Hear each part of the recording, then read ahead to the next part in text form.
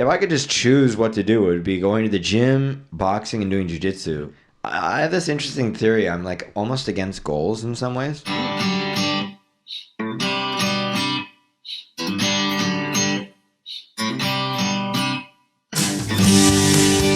And we're rolling. All right, man. Sweet.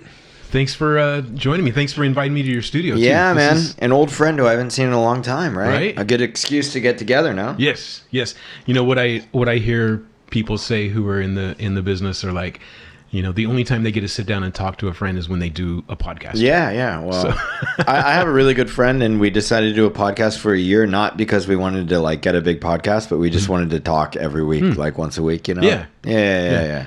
And I love it. Like, you know, usually I use the headphones, but today I got a technical difficulties here. difficulties, yeah. So how would you describe yourself for people who don't know you? Okay. Are you talking about like work-wise? Yeah, or? like who's Nick? A very high testosterone. I tested like 2 weeks ago, and I think the max for my age was like 900 and something, and I was like over 1,000. I was like 1,000. I believe it. Yeah. No, an American who's been doing comedy in Japan for 13 years. A Japan nerd. I'm not an academic, but I did, you know, I grad school, all that stuff about Japan. Do YouTube. Do social media, and influencer, which is like the thing I don't want to be called by anybody. It's such a lame influencer. It's funny because people who want to get famous for fame's sake want to be an influencer. Yeah. People who are in the biz don't want to be an influencer. Yeah. Right? Well, dude, like when I started comedy, like every child. Should we close this? Yeah, let's close that. Yeah. Okay, cool. Yeah. So during summer, you know how hot it got here. Yeah, this summer was brutal, man. It was brutal. And I keep asking people like, is this worse than normal? And some people like, oh God, this is horrible. I'm dying. And other people like, no, it's pretty much like this every summer. No, it's not. I've been here 16 years. How long have you been here? Since 1990. Oh, like on and off. Fuck, dude. That's a long time. This is brutal. You're old. Well, I came here when I was 5. No, I'm just No, but it's this year was the worst year I've ever experienced in Japan, dude. I could feel like the sun ray cancer like fucking hitting just my face. Infiltrating your neurons, right? It was horrible. Yeah. But we were talking about influencers. Yeah, because I was going to say, you know, I started doing comedy in kind of almost, it was like early 2000, mid 2000s, and every elementary school student in Japan, that was the job they wanted to become, was a comedian and go on TV. But now it's like be an influencer or like be a YouTuber. But it's such an empty term, being an influencer. And tons of influencers, they have 100,000 followers and don't make any money. You know? It's, you know, it's the old cliche of the person who, I've heard so many, you know, because you play guitar, I play guitar. Yep. I've heard so many musicians who like they have their first hit record, and they're still waiting tables. Dude, fucking! I was just reading a book about the Ramones. Is it okay to say fuck? Anytime you want. Okay. So I was reading a fucking book about the Ramones, and you know they're like my favorite band. And dude, I would assume like by the time they died, they each had like 10 million, which is not even a lot for a musician. No, they didn't have anything. Oh man, dude. I mean, unless you're like a super movie star, like, and the comedians on TV here, they're doing pretty good. But the influence, you know, and to let you know the truth, man. If I could like trade my influence or like fame for just money, I would do that today. Wow. Yeah. I'd go behind I'd go behind everything. I'm trying to work into that. Well, you're still good looking though. Like, but if you're Ron Howard, he had Happy Days, and he's like, you know what? I'm not going to be a cute little boy forever. So he got into producing. Yeah, well, that's what I want to do. And I think that's the move. Well, dude, there's not really any benefit to being like super famous and having people see your face. Like, there's literally no benefit to it. Maybe if you're like single and you're just like want to meet girls all the time and stuff like that. Yeah. But I mean, but then if you read like Robert Kiyosaki, the problem with that is, and I've never been there, so I can't really say, but the problem with that is then people expect you to drive the Lambo. They expect you to be buying like bottle service at the club and paying for the VIP booth at the club, and you know, acting stupid and traveling first class and on a yacht and wearing a Rolex, you know. Yeah. I mean, it's I mean, I guess some people like it. I mean, like at this point in my life, I get like somebody, if I walk around in like Shibuya or Shinjuku or something like that, maybe once or twice a day, somebody will be like, oh, it's Nick. And I'm totally fine with that amount. Yeah. But just knowing that other people like know what I'm doing outside, like I'm a pretty paranoid person, actually. I don't like people knowing pretty what private? I'm doing. I'm not private, but I just don't want people to like, I don't know. I don't know. Wouldn't it be better to just have tons of money and have nobody know who you are? Yeah. Yeah. If I could have Elon Musk's money and my level of fame, I'd be so like that's the move, right? Yeah, I don't think that's possible with the amount of Elon Musk's money. Not at all. Yeah. So high T, actor, comedian, musician. Yeah. I mean, not really actor. Okay. But yeah, musician as a hobby. I wish it wasn't. I think I'd like to say I think I'm good enough. Like if I would have done it right, like I should have been a famous musician. That's what I wanted to do. Heard like sorry for cutting you off, but I like before I came to see you today, of course I watched a couple of videos. Yeah. You and your Japanese pronunciation is impeccable. And I saw you playing what was that song? And it reminded me of the Ramones. Yeah. Like I mean my songs. The vibe like the Ramones. It's like a punk band. But then the other thing is, man, dude, my friend went to go see the Hives. You know the Hives. Just the name. Yeah. Couldn't sing in their songs. They're a great band. Amazing band. You know, they were famous maybe in like 2000.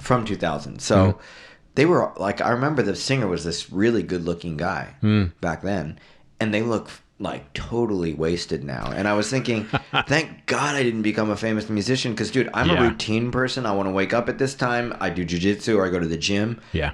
Dude, when you're on tour, man, imagine, and dude, you must be doing tons of drugs all the time to like keep it up. It's like, I'm really glad I did what I did. Yeah, good strategy. You know, I've heard some reasons why people get into drugs, and I'm no expert, obviously, but one is sometimes like the musicians and actors are really like, how would you say,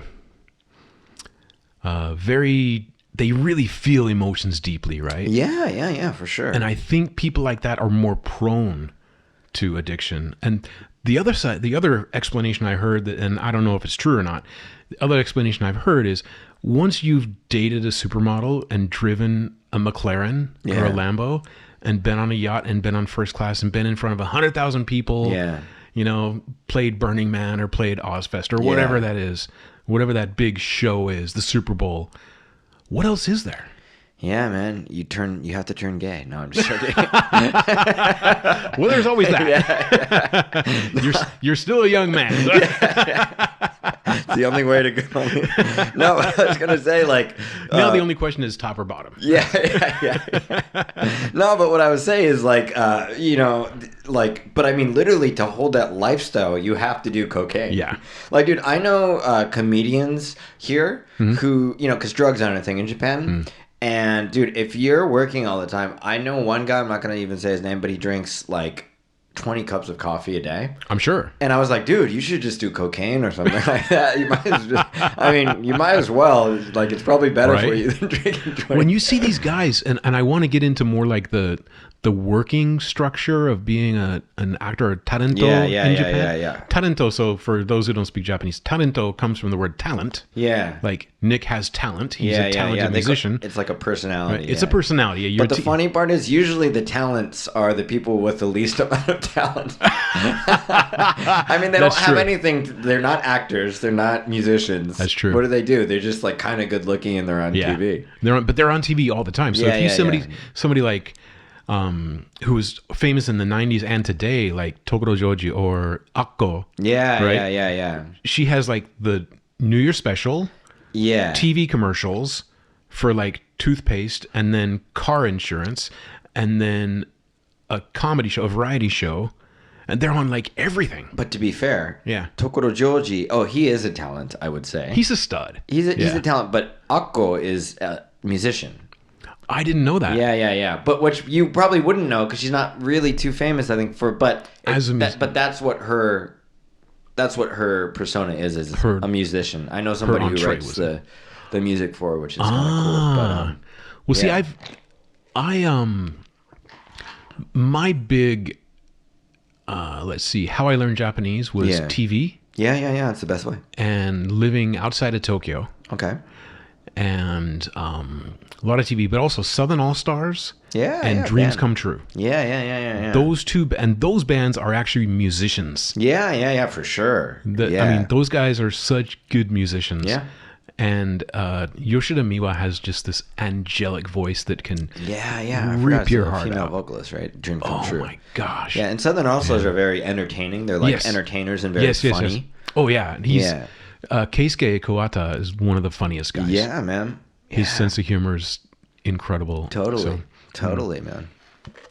So I have a friend who's from Chigasaki, where they come from. Oh, nice. And they play like a show every summer or something. Oh, that's It's awesome. Like, God, I would just... Yeah, I mean, That's... I don't know about now.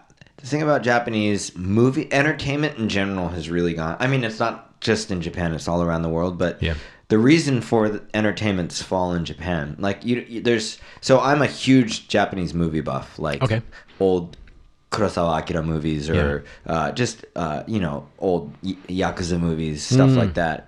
Or do you know the movie Tampopo? Have you ever seen it? Yeah. God, that movie's amazing.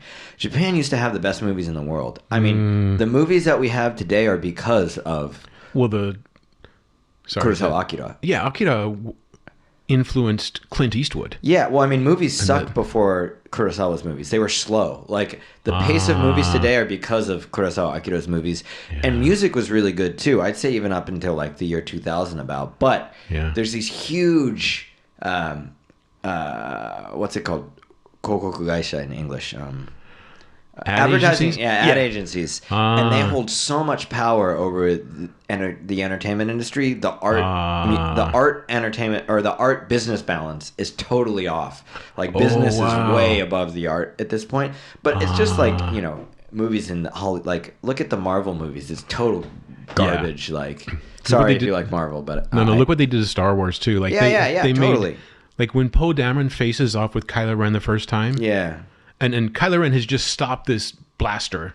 Yeah. That, Poe Dameron shot at him and he stopped it and he comes up with this mask and his voice, he's got a voice changer on. Yeah. And then Poe Dameron looks at him all serious. He goes, so who talks first? You talk first? I talk first? Yeah. Like, stuff like that. It's like, oh my gosh, they turned it into a Marvel movie. Yeah. Well, dude, I mean, it's just garbage. It's the advertising agencies and these big entertainment companies have I mean, the sad part is people still watch it. Yeah.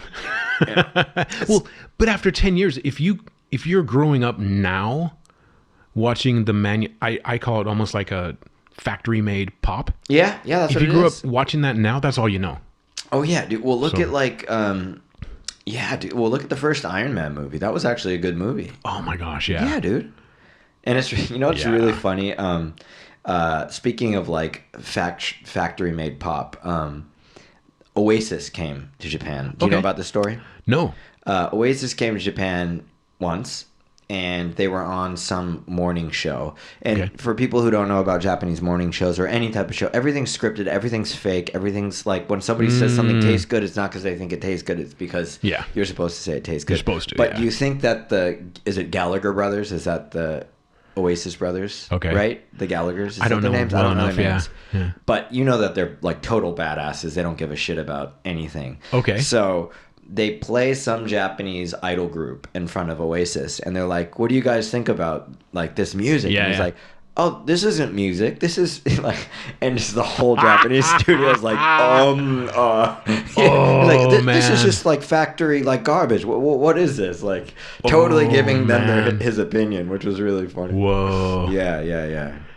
So I guess they didn't go the route of like Deep Purple and Mr. Big in Japan then. No, right? yeah. Well, dude, I was listening to some good Japanese music today. It's really sad how bad. I mean, all the entertainment in Japan has like totally become this like, how can I say it? It's just so not business. And I don't care if you make money from it. That's like, I could care less about that. It's just if it sucks. Yeah. And when I came back, so I've gone back and forth to the U.S. Went back for law school to practice in L.A. and stuff and all this, and came back, kind of permanently in 2014. Yeah.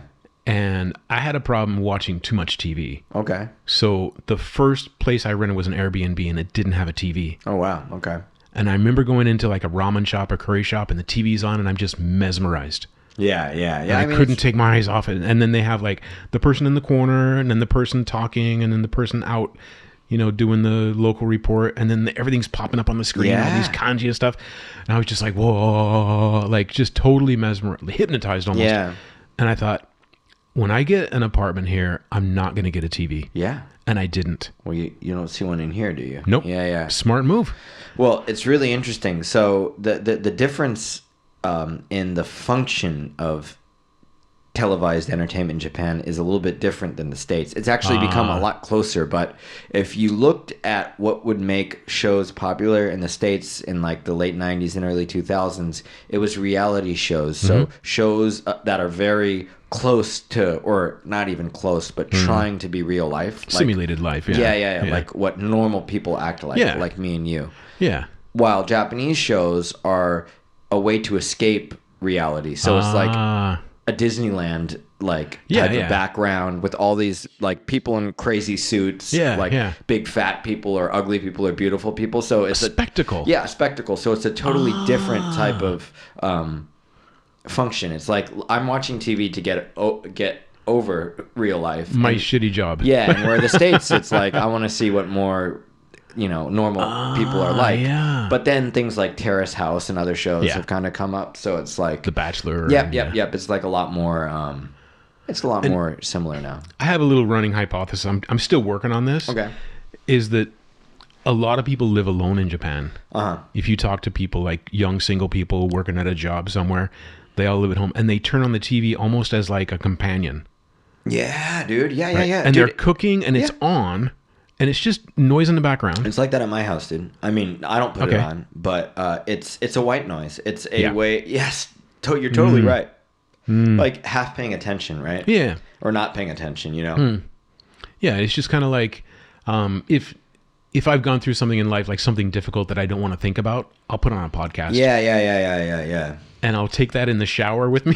And play it when I'm in the shower. Yeah. And put it somewhere. Like I used to have like the Bose Bluetooth speaker. Yeah. And I crank that so anywhere I go in the house I can hear it. Yeah. And that way I don't have to think about what I don't want to think about. Yeah. In the Jordan Peterson sense of the word. Yeah.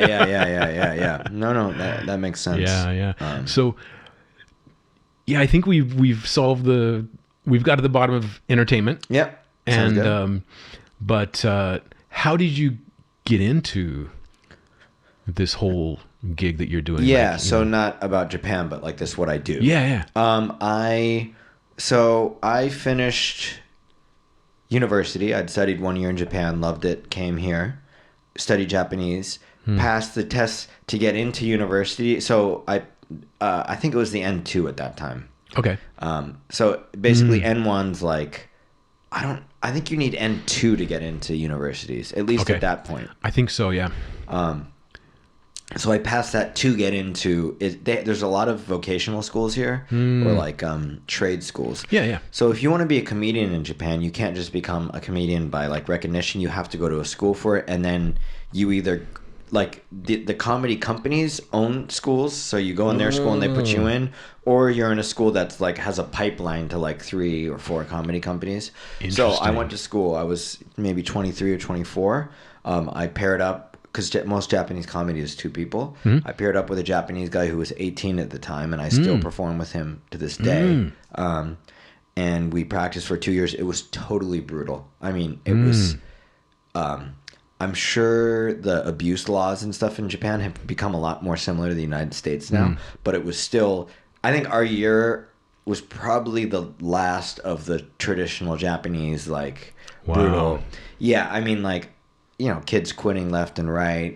A kid who, I mean, I don't want to get too into it, but it like a lot of hazing, a lot of because being a comedian is like one of the toughest jobs. Sure. And then that year I graduate. We get somehow, I don't know how this happened because we sucked, but we got on to this huge comedy contest. We got into the finals. So out of like 1,000 people, we were in like the top 4. And we've never been able to, reproduce that since. But we get on. I don't know if we won. I forgot who won, but we were very close to winning. Okay. And there we go on TV for like 6 months straight, like all the time. Wow. Yeah. I mean, it was a very short ride, but it was it was an interesting experience. I wish I could do it over. Like, I don't like how it was. I didn't know anything about Japanese comedy. I didn't know anything about. I couldn't speak Japanese. I can speak now. I didn't know how to sell myself. I didn't know what I was worth. I wasn't worth anything. But it was a horrible experience. And the only thing that came of it was that I learned the skills that I have today to do what I want to do now. But the actual experience itself was just, oh, dude, it was brutal. Fucking brutal. Yeah. Wow. Okay. Wow.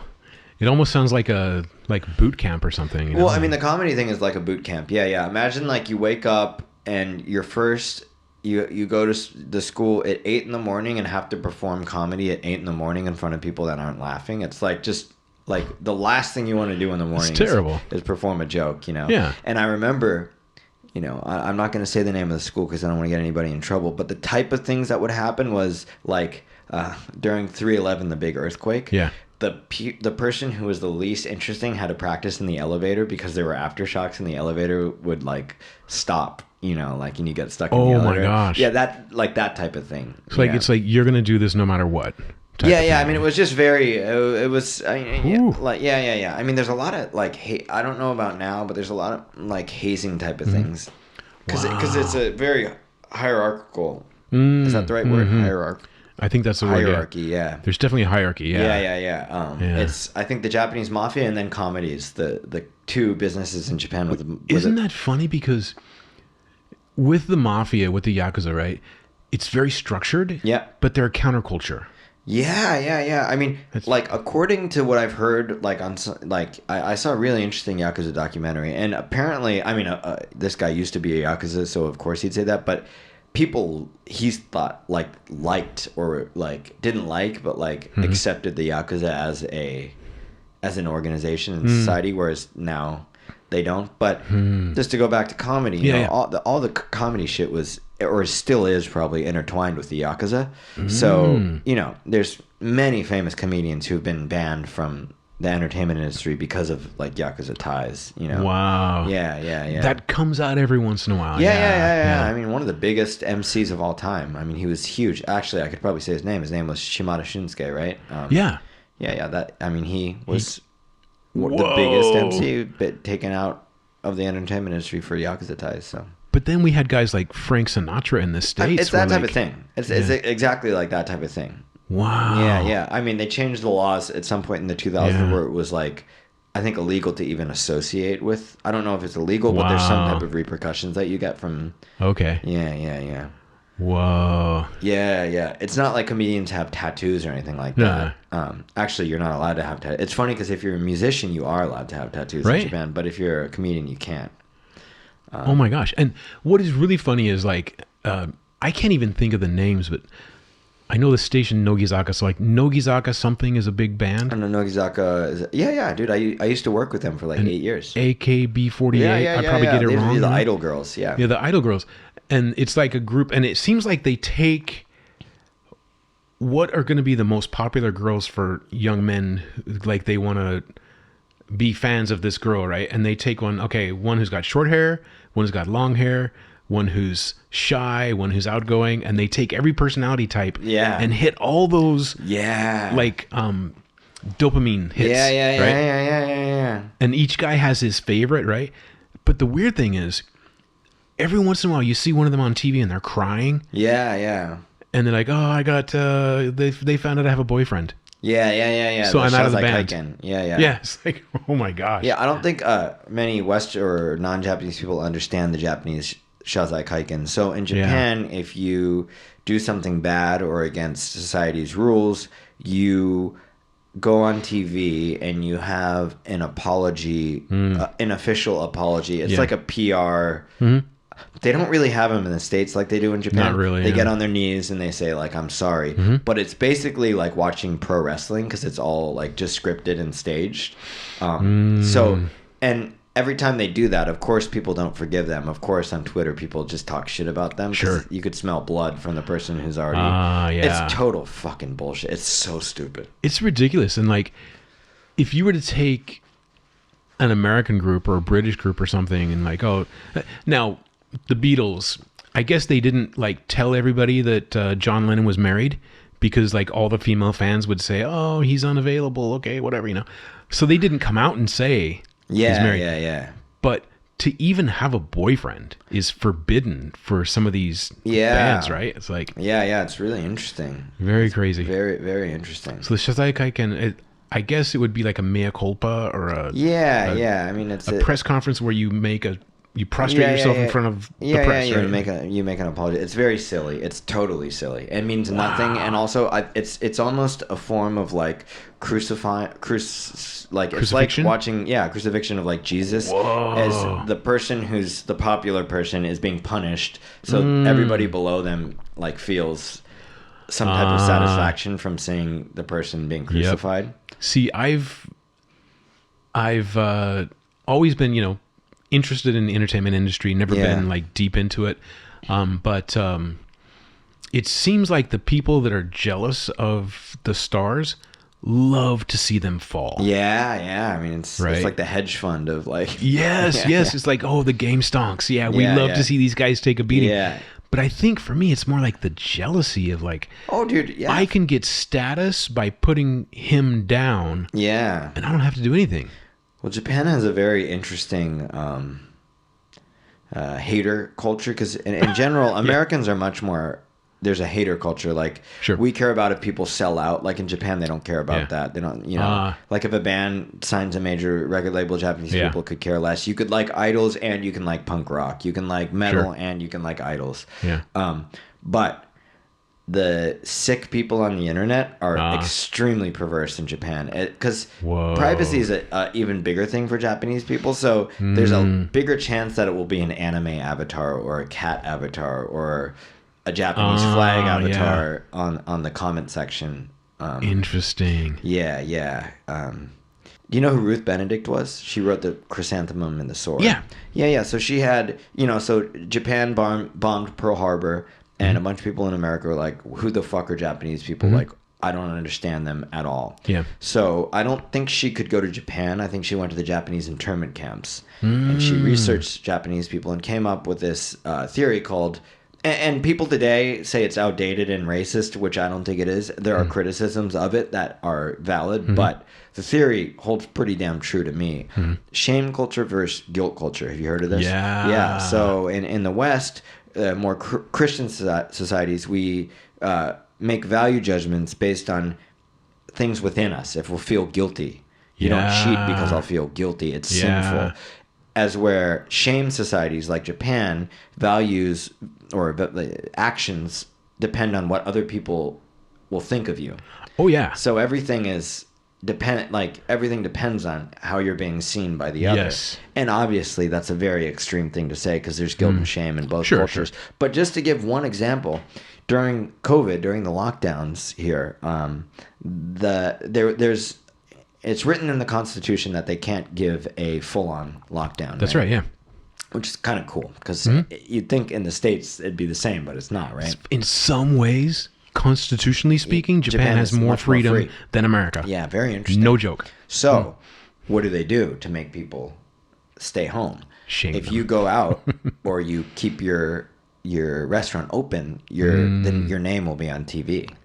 And that was enough to make people not go out or not run their business. There was only a couple businesses that were like, fuck you guys. I don't put my name on TV. What was that dining company they it's owned? Global Dining. Amazing. Global Dining. Yeah, they were total badasses. That's why I still go there. Yeah, dude. Yeah. I'm like, the only people who didn't give a shit. La Boheme. Gonpachi. Taco Fanatico is also Global Dining. I gotta go there now. Yeah, they're really good. But so imagine. And that actually probably was more effective than a forced lockdown.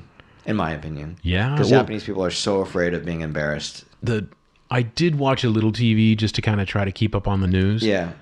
And then realized most of it was propaganda, but and just nonsense and a lot of just fluff. Yeah. And so I was going to say, when I came back in 2014, I didn't get a TV. I have one now. I'll watch Amazon Prime. Yeah.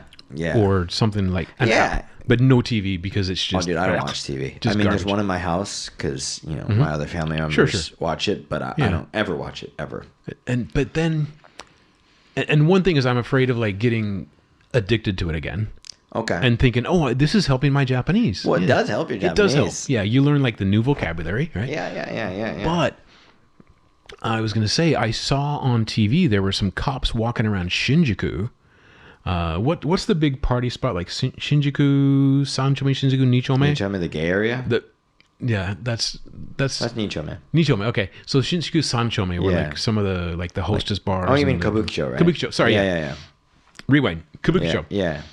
There were Japanese cops walking around saying, "Would your family want you to be here?" Really? Yeah. What if your boss knew you were out drinking? Yeah. And this is like during height, total like paranoia where we were seeing people on TV just flopping over and dying. Yeah. If a cop was like, "What would your boss think about you drinking right now?" I'd be like, "What would I think about me drinking right now?" Right. That's true. Yeah. So moving forward, what's your yarigai? What keeps you going? I don't really have one, man. Yeah. I have this interesting theory. I'm like almost against goals in some ways. Yeah. I thought about this with like Japanese, and I'm thinking about it with Jiu Jitsu too. I wanted to become fluent in Japanese, but I never had like I was like, by this year, I'm going to be fluent in Japanese. And I think it's because I never set that goal that I just kept doing it. You keep going, yeah. Yeah. And then same with jiu-jitsu. It's like, okay, if I keep, I'm a blue belt now. If I keep doing it every day, I'll get a purple belt. But it's like, when I get the purple belt, I'll still be going every day, just like I was with the blue belt. So, I think David Goggins spoke about it. It's like motivation without, or it's action without motivation is one of his main things, which I think is a really good, because motivation is like a whore. Like you'll have it like for 1 second and then it's gone, It's like fast food. So Andy Frisella, do you know him? Yeah. Love his podcast, and 75 Hard. I've done that a couple times. Andy Frisella says that the equation is discipline is greater than motivation. Yeah, totally. Just do it every day. Yeah. That's all I do. And what does Andrew Tate say? Like the rocket doesn't stop halfway to the moon to take a break. Yeah. It's like whether you feel like it or not. Yep. Right, Yeah. Okay, I get it. So the ikigai, like I don't know if I'm like a happy person or like I don't know what other way. I don't know how to function any other way. So it's like I'm very unorganized. I'm super ADHD. I some days I get more work done than others. Some days, I meant to get work done, but I did jiu-jitsu for half the day or whatever. It's just like whatever. I'll just keep doing what I'm doing. It's worked somehow. Yeah. This far. Well, and you keep chipping away at it and just keep making progress. Yeah. I mean, I'm pretty much the same way. Where like I never had a goal for Japanese. Yeah. And I heard your story about your brother. Like 2 years in, he was really good at first, and 2 years in, he's like, okay, I'm done. I'm not interested. And I've seen a lot of people. So it's been like this with the practice of law, with studying Japanese, with working out, with music, with YouTube, with this podcast and everything, is that I'm so glad now. I wanted to have a viral video, right? Yeah. But I found out now that's a curse. It can be. Yeah, for sure. It can be a curse because if you don't know how you got there, how do you duplicate it? Yeah. But if you keep chipping away at it, hitting base hits all day long, right? Yeah. Then before you know it, you've scored 10 runs, or whatever analogy. But yeah. Well, the other thing about viral video is like, say you do get a viral video, and then you're like, oh shit, now I have to make like 10 more videos like this, but I don't want to make a video like this. I've had that problem. I do that all the time. That's my whole life, dude. I mean, to tell you the truth, I really don't like doing social media too much. Really? Yeah. Okay. I mean, it's like it's a job. It's a better job than working at like a convenience store. Sure. I couldn't do that. I couldn't be a lawyer. But it's still a job. It's still like I have to come up with things that I think people are going to watch, not necessarily that I think. That's true. Well, I think when I can't do a video if I'm not interested. Yeah. Right. And then, so my first couple of videos are like, what do I want to talk about? I've been here all this time. I want to talk about Japan, blah, blah.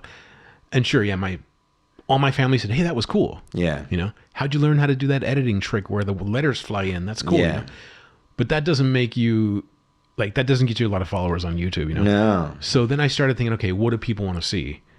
So I made a video about, and, you know, as a lawyer, the laws about flying drones were changing. Yeah, I remember you Right? made this. Yeah. And so I made a video about that, and I the whole time I'm thinking, I don't want to become the drone guy. Yeah. You don't want to become the drone guy. So I immediately made a video on like street photography, and then I made one on, you know, not how to bow, because I look stupid when I do that. Yeah. But like how to exchange business cards. Like this is about living in Japan. Yeah. Right. Yeah.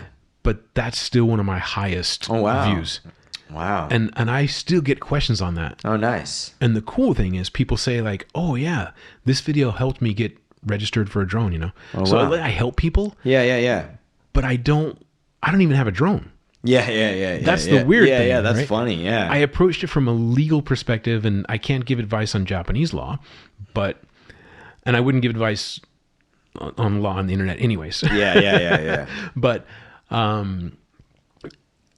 I approached it from a law perspective. Yeah. Okay, the law changed. This is the website you go to register. Yeah. And if you fly in this area, you could get arrested. Yeah. You know.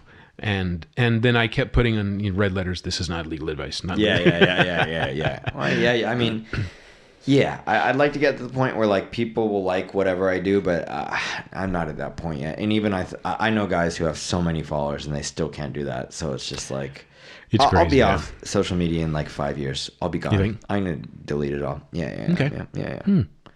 I mean, dude, if I could just choose what to do, it would be going to the gym, boxing, and doing jiu-jitsu.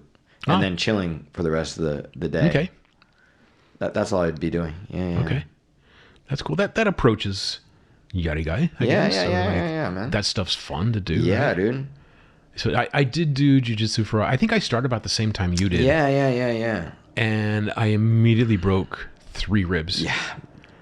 And how did you break this? Well, the guy they paired me with a guy in the dojo who spoke English. Okay. But was another white belt. Yeah. You don't want to. If you're a white belt, you shouldn't be doing. And I don't want to blame him. Yeah. You know, and I don't want to blame the sensei or anybody. Like, and I was really out of shape. Yeah. Right? So I didn't have the musculature to support my bones. Yeah. You know?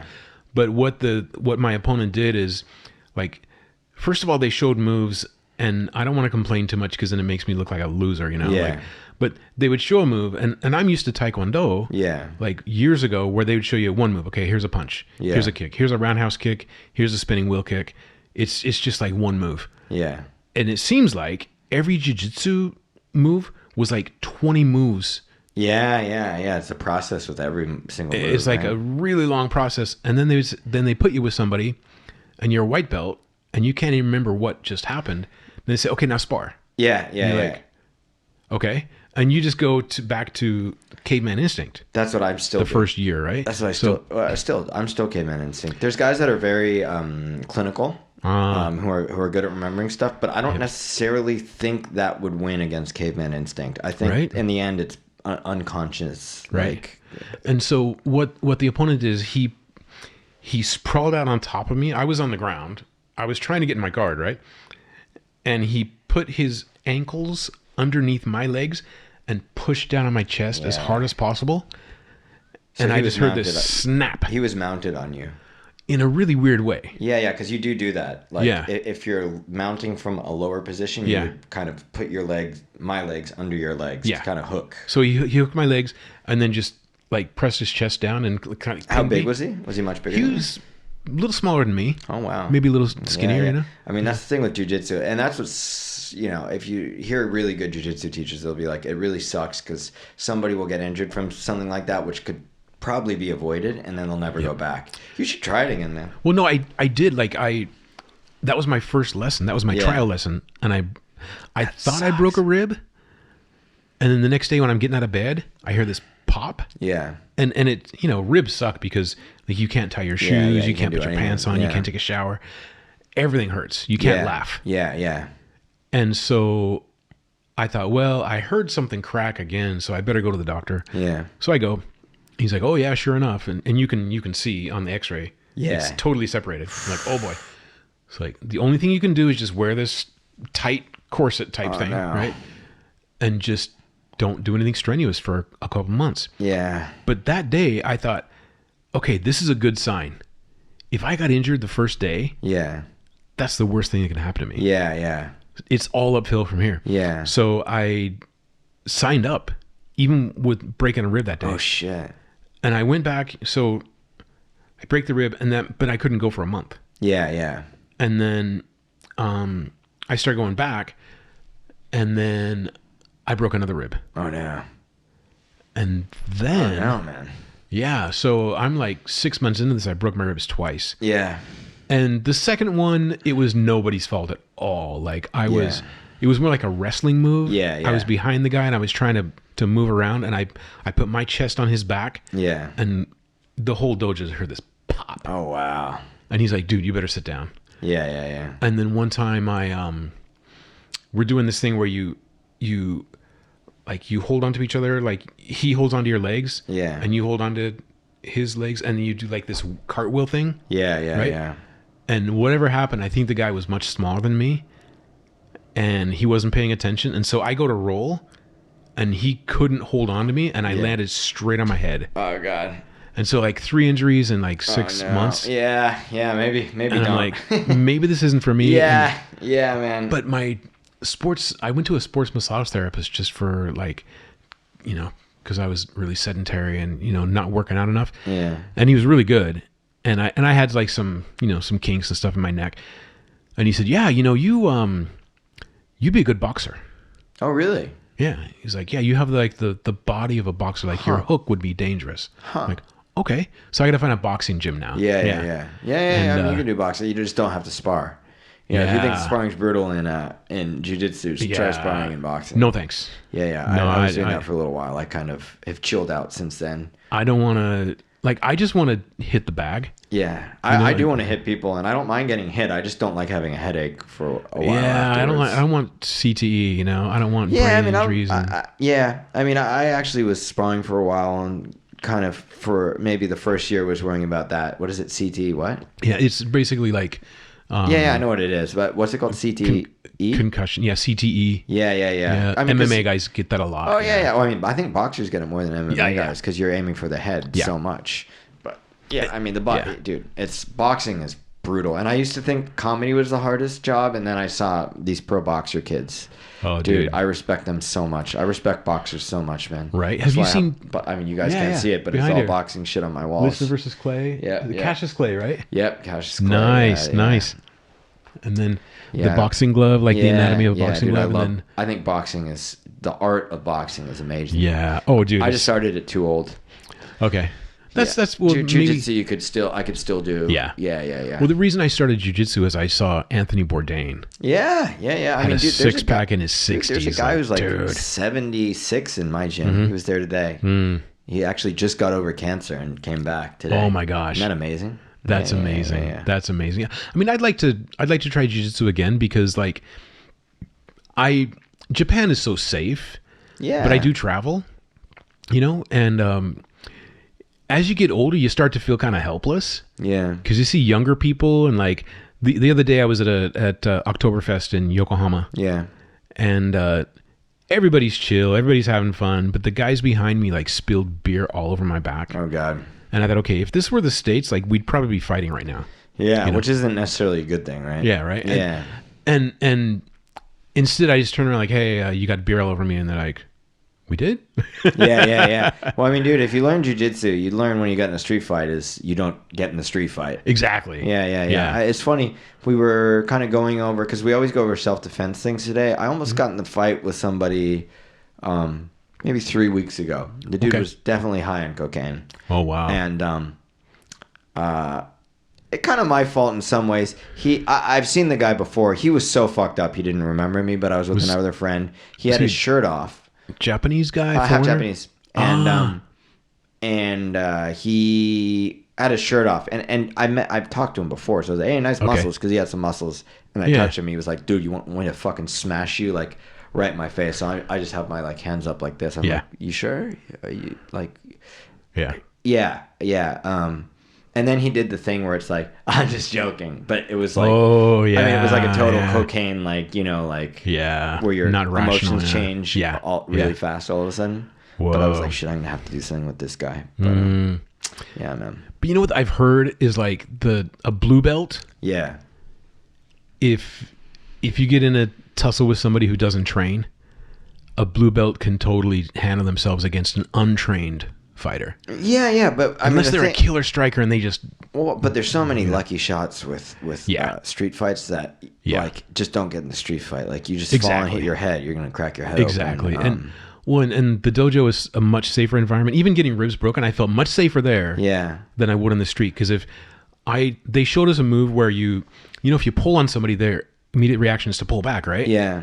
And that way, if you get your leg behind them and pull on their lapel, and they pull back, you can trip them. Yeah. Well, I had a guy go totally like parallel to the ground on me, and then fall. It looked like a Bugs Bunny cartoon, and I felt so bad. Yeah. Because we had just practiced this, and then okay, you know, free sparring, and so I go up to this guy and I go pull him, and maybe he just wasn't ready, wasn't aware, but I went. He went totally flat and then flat on his back, and I felt so bad, and I thought, this is a safe environment with people who expect you to attack them. Yeah. Like, what if it's not? What if it's not? What if it's random on the street? And this is why I think UFC fighters, not just because they'll get sued and they'll lose their contract probably, but they know that even in a controlled environment with boxing gloves and a trainer and a timer, right? You could still have. You can get hurt. Yeah. And you do get hurt. Well, dude, I have a friend who had a friend. This is actually while I was in Japan, who got in a fight with somebody at a baseball game in the States, and the other guy was being belligerent, and this guy punched him. The guy fell back and broke his neck on the bleacher, and then what do you do after that? You just killed somebody. You know? Fuck that. Yeah, and so I think since people who've trained know how dangerous it is. You're more nervous. Yeah, you're more nervous. Much more cautious. Yeah. I mean, I've gotten in a couple fights this year, 2 maybe. Yeah. Do you go out a lot at night or what? Yeah, I go out a lot at night. And it was both times was me sober and the other person drunk. One was during the day actually. But just don't back down, is it? No. It was just. I mean, I actually didn't punch them or anything like that. I just kind of manhandled them. Okay.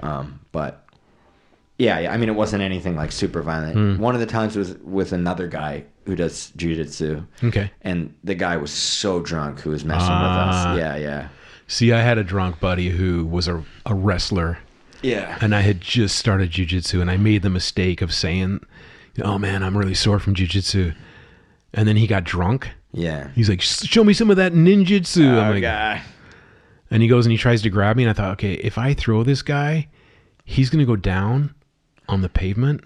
Or if he throws you. Yeah, if he throws me, because wrestlers are dangerous. Dude, why are there no wrestling gyms for adults? Deadly. I've been looking for one. There's none, because you can't do it as an adult. It's like... Dude, I would never want to fight a wrestler. Yeah, fuck that, dude. No thanks, man. Wrestlers are brutal, man. They're brutal. And the regimen they go through, the training they go through. I want my kids the weight to do cut. wrestling. Yeah. From when they're like middle school. I'm gonna be like a dick dad. Kyoku dada. Yeah.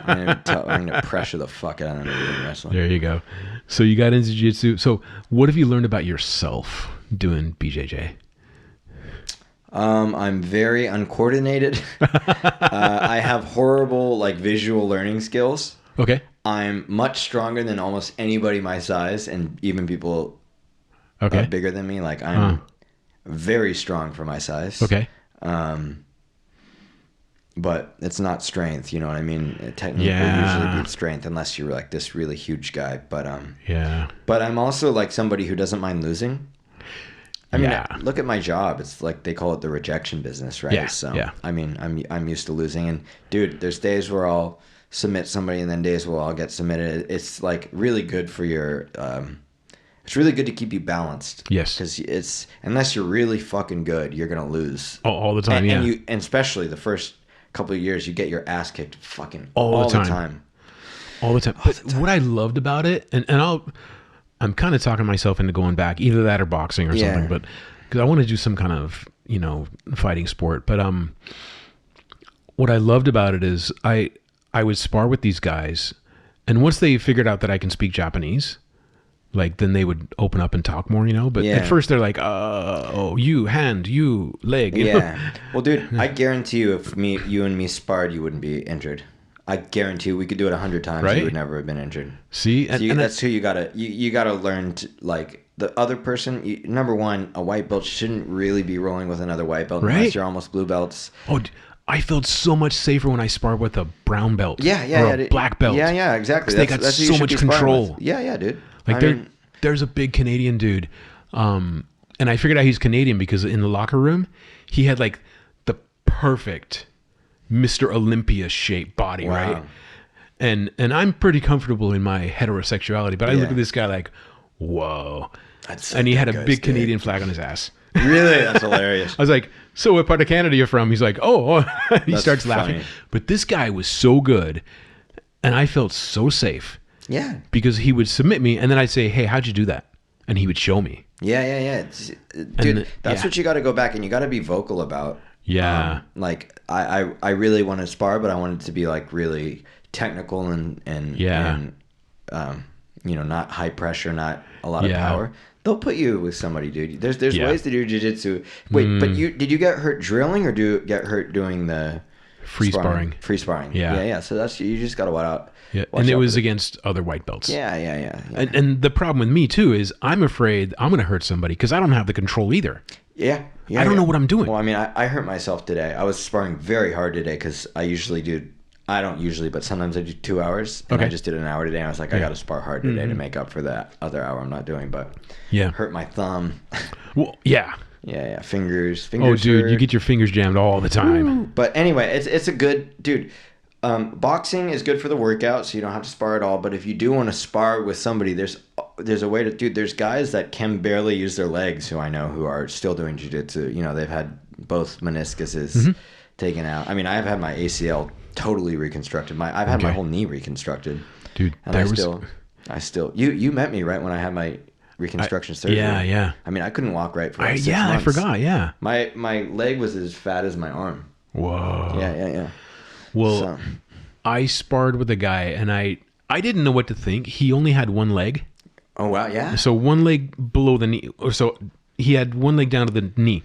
Yeah. And he was a brown belt, and I thought, I don't know what to think. Like, should I go easy or should I kick your ass? Oh, he did. Yeah. Totally. Yeah. And then I saw him get his black belt.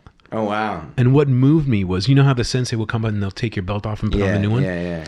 Well, he had to take off his prosthetic leg. Wow. So he's on his knees, right? You know what the sensei did? What? He got down on his knees. Yeah. Took his belt off and put a new belt on. Yeah. Well, that's why there's a jiu-jitsu for everyone, man. Yeah. There's a jiu-jitsu for everyone. I was sold. Yeah. And there's a way to learn from everyone. That's what I'm saying. That's what I was saying. You don't have to go hard with you. You could do it with like, I'll do it with like females who have no chance power-wise with me. Power-wise, yeah. But I could like, okay, I'm not going to work on power now. I'm going to work on trying to do this one move without using any power. Yeah. I'm talking like I'm a jiu-jitsu guru, which I'm not in any way. I'm just a blue belt. But it's the most amazing thing, man. I haven't been so into something since I was like a teenager with guitar. Yeah. Well, I've been playing guitar for 30 years. Okay. I mean, since I was 7 and I'm 37, so. It is funny because when you get into it, after I saw that guy get his black belt, and there was a documentary about him. Yeah. And I contacted the documentary maker because it was in Japanese. And I contacted him. I said, I do jiu-jitsu and I speak Japanese and English, and I will translate this for free. Oh, wow. I just wanted to, I was so into it. Yeah, you guys got to show this to the world. Yeah. And come to find out, this guy was such a badass. He'd been on the Olympic team for like the Japanese basketball Paralympic team. Yeah.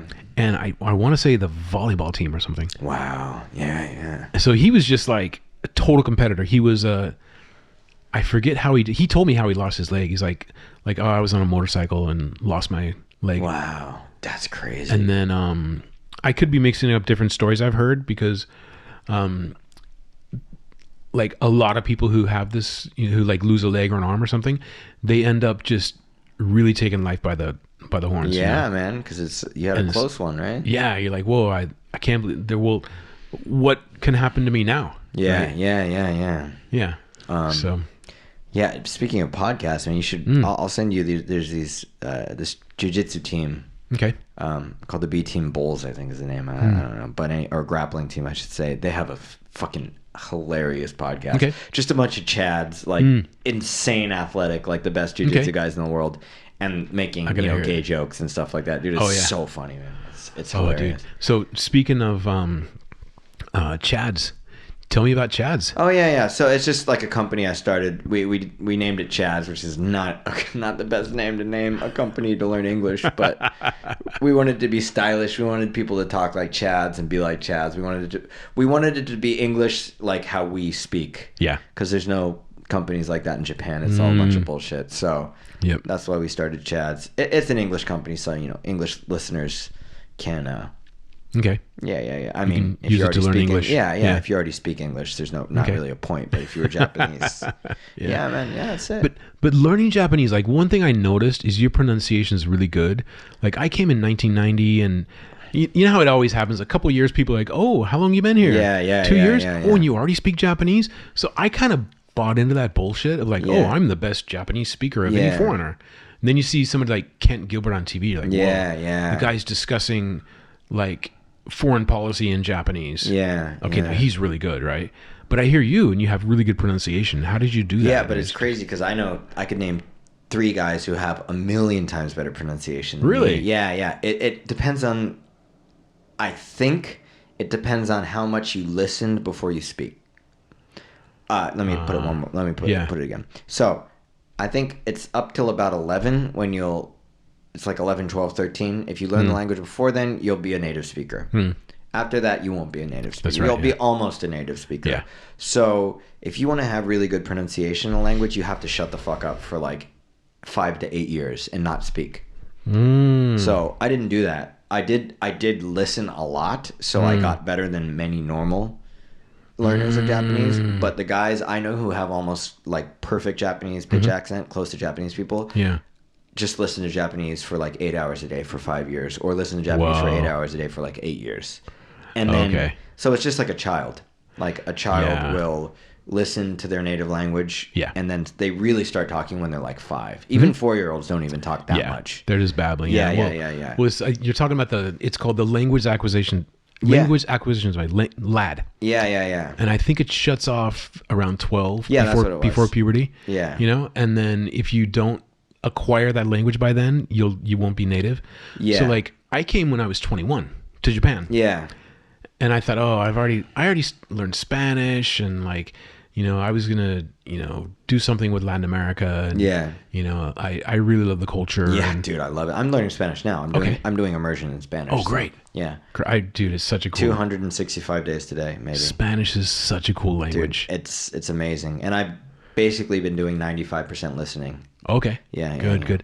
So I got to go back to listening to Japanese because I listen to English podcasts all day long. Yeah, I haven't listened to anything. So I've broken that. So for about a year and a half, I'd only listen to things in Spanish. That's it. Never listened to one podcast in English or Japanese. Yeah. Nice. So I was doing like 5 hours a day.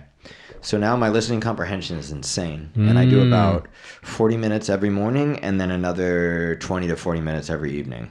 Nice. But that's how you learn it. That's how you Spanish. learn it. Yeah, man. How long have we been doing this? Does it have a calendar? Let me see. About 50 minutes. Oh, that's it. 50. Yeah. But a good podcast is like an hour or so. Yeah. That's about it. If you get into like the Joe Rogan territory, 2 hours. It can get. Unless you have like a astrophysicist or somebody who has a lot of talking about UFOs. Yeah. Then you really don't need to go over an hour, But I've gone 2 hours. I've gone 3 hours before. Wow. Dude, I'm too ADHD. I had a cybersecurity specialist on the podcast, and he was so interesting, and he was talking about people using AI to hack, and I was so mesmerized. I talked to a data scientist. Yeah. We talked about ChatGPT and stuff. I talked to my former boss, actually current boss, but my old boss, so I started working with him in like 2011. Okay. And he's got a cybersecurity company too. Okay. But the most recent guy, Mark Weeks, the author, he wrote a book called Bottled Lightning. Yeah. fantastic. Really? I'll check it. Oh, dude, it's so good. Really? It's so good. And since you live here, like a lot of stuff will be like you'll just. It has to do with Japan? Yeah. Oh, nice. He writes about an international lawyer working in Japan. Oh, wow. And somebody's trying to kill him. Oh, so it's a fiction book. Yeah, it's fiction. That's cool. Yeah. Well, I mean, somebody may have tried to kill him. But you know, lawyers. Yeah. I want to kill him. No, So, any other projects you're working on you want to talk about? Not really, man. I'm just actually right now I'm making a sitcom. Whoa. Yeah, producing it. It's already in pre-production. Took 5 months to write the script with a really talented. Do you know the? No. Actually, I don't know if I can. I should have said their name. It's fine. It's in English. We can always edit that out. Yeah, it's cool. One of the guys is a very famous musician, like super fucking famous in Japan. Whoa. And he's an American dude, very talented guy. And we took about, I think it was about 3-4 months writing the scripts. Yeah. It's actually for learners of English. Oh, nice. Yeah. But it's amazing. See, that's like when I was teaching English, because I taught English for a while, and I really got into it. I took a course. I got certified in teaching English to speakers of other languages, TESOL. Yeah. And I learned that one great way to learn English or another language is you would get the script. Yeah. That's and watch the movie. Yeah. So if something is made specifically to teach English, and it's a sitcom, then yeah. You know what's really interesting though, and we're gonna do it that way, of course, but. The guy who I know who has the best Japanese in all of Japan, his Japanese is good because he didn't have a script. So everything he learned was through sound. So when you have a script, you may read it a little bit wrong in your head and your brain, like when I was like 8, the Japanese like sake, alcohol, I read it as sake. Yes. Just because I didn't get that there's no, the KE thing. But we do that all the time when we watch stuff. So if you really want to get good, it's almost impossible to do because nobody can like take it, but you don't have any words. It's only the sounds. Yeah, it's really interesting. Okay. But of course, most people won't do that. So we're going to be having subtitles and stuff like that. Okay. But, dude, it's been so fun to create. It's been fun to do the pre-production, the casting, all that stuff. Well, the creative process is what I love. Dude, yeah. And I like that I'm not going to be in it. Oh, okay. Yeah. So you would you call yourself the producer? The director? Yeah, one of the producers. Yeah, okay. Yeah. The first thing, I think I have a very healthy ego. Okay. Like, high tea. Yeah, like you could just high tea. Exactly. Well, I mean, like for my podcast, I'm always like, to the guy I do it with, I'm like, if I'm not there, just do 10 podcasts without me. I could give a shit. Yeah. It doesn't matter to me. Like, it doesn't bother me. Cool. But, with this, I was like, I don't want to be in it. I'd rather have somebody better, Yeah. I think about my YouTube channel and I think like, okay. You have a good voice Thank you. Voiceovers and stuff Thank like that. Yeah. So your YouTube channel should be a voice. I'm going to do a lot more voice. Yeah, you should. And now I got the new DJI microphones and stuff. Yeah. And I've got a project I haven't told a lot of people about. It's a Rumble channel. Oh, nice. Well, now you just told a bunch of people. And now I just told a bunch of people like how to grow a Rumble channel. Oh, wow. So if you go to YouTube and if you want to grow a YouTube channel, there's a million different creators. Yeah. There's all these educators who teach you how to build a YouTube channel. Yeah. And they get deep into the analytics, right? Like retention time. Yeah. All that stuff. Rumble's different because they don't have as much analytics. But you can still learn, framing, composition, how to write a hook, how to write a story, how to make a thumbnail that people want to click on, right?